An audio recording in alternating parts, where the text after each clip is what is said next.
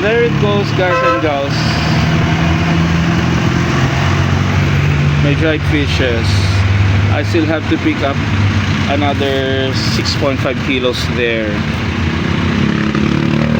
My contact. And this is Daraga.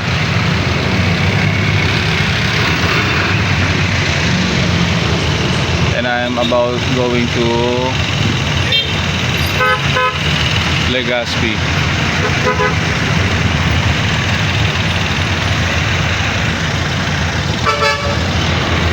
Hi, Legazpi.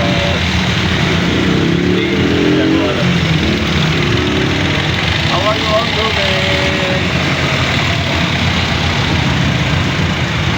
You guys miss me? So the jeepney driver is waiting for some passengers to pop in here inside the jeepney.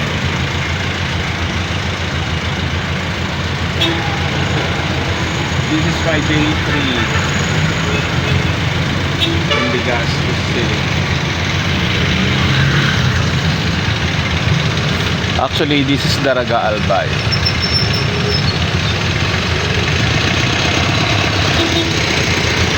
So bye for now. Thank you, Lord, for the wonderful blessings that you gave, and to each every one of you, shout out.